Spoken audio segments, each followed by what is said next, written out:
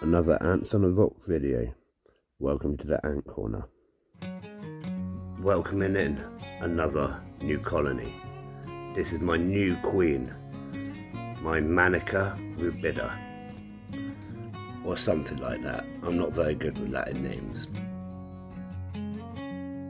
I got sent this queen by a new ant company, Ants.N.I. I believe it stands for Ants Northern Ireland. So yes, you can get it over in Northern Ireland as well, which is really positive. The test tube came well packed in its package, covered in bubble wrap and sellotaped very tightly to it as well, and that really wasn't going anywhere. As you can see, it's got its tinfoil wrapper, that's obviously really tightly packed as well, really well wrapped, and keeping that queen nice and secure. So I'm just gonna have a little look at how the queen came. Now, as you can see, she has got a bit of brood already, so that's amazing. Thank you, Ants.N.I, for sending me this amazing queen.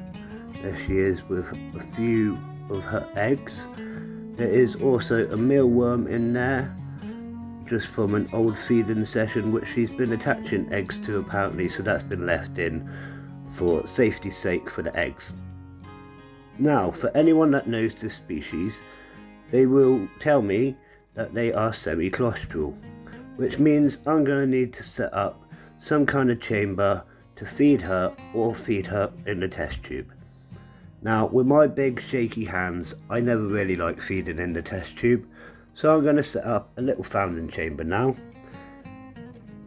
Whilst I do that, I'm going to tell you a little bit about what I'm doing and a little bit about the ant. So being semi-claustral means that she doesn't survive off the food reserves that she got as an elate in the nest. It means that she needs to leave the claustral chamber about once or twice a week to find food, which means I need to provide food while she's in her founding stage, which is completely fine, but a little bit unusual in the ant keeping world if you're just sticking to the basics.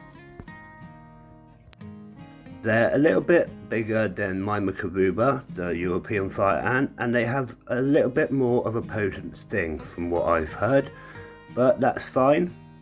Now, as you can see, I'm getting a second test tube ready. This is simply because this test tube fits into the fountain chamber and the test tube that it came in won't. So I've got a little trick that I'm going to do in a second.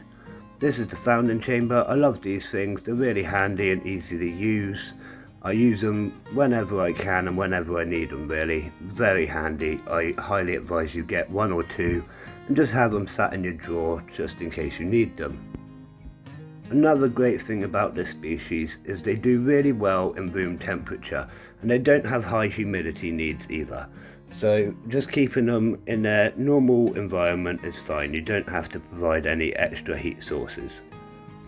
This species does get quite aggressive when the larger numbers start coming in, and they do like to actively hunt, so I will be providing them with live fruit flies occasionally just to fulfill that hunting need that they get. I think they're found in Central Europe and starting to spread throughout Europe a bit more, probably due to these massive nuptial flights we keep getting these later years. I think the ants are starting to spread about a bit more than they were already. So as you can see, I'm just pushing the smaller test tube into the larger test tube. I've attached a little bit of blue tack to the end just to add to the adhesiveness, just to make it stick a little bit basically, and that will keep that test tube tight. Now it's a simple matter of attaching the two test tubes into the fountain chamber, which I'm going to do now.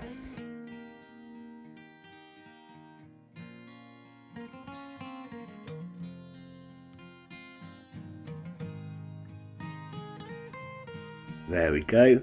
Now let's take it over to the ant corner and find a space on the shelf.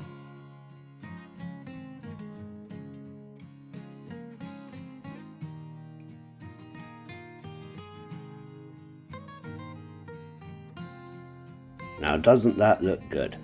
Now I've got one simple last job. I just need to create a hole so that the queen ant can come out and forage. I do this by simply using my tweezers to pull the cotton wool back a little bit. I'm not going to fully expose the end of the test tube as I want to keep some of the humidity level in there, and I don't want the queen to feel unsafe. I just want to create enough of the little hole so that the queen can come out and forage as and when she needs to.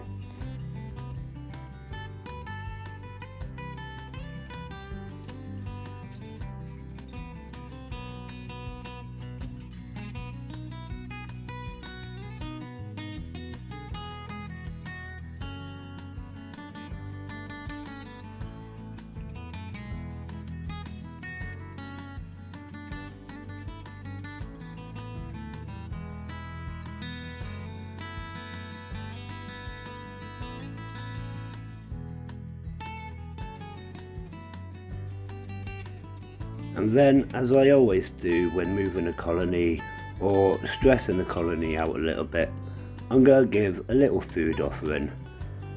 Just half a waxworm on a little piece of tin foil, making sure that outworld stays fairly clean for the duration of the founding stage. Close up the lid and we wait and see.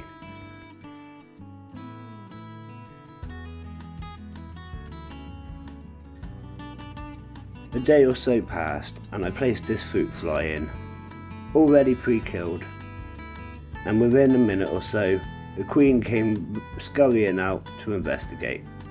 I was really excited to see the queen out and foraging, and I'm just really impressed with this queen.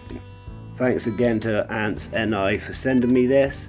Really amazing guy, really amazing website. So check out his link, it's in the description, and head over there and check out what he's got. And as always, see you again, Ant fans.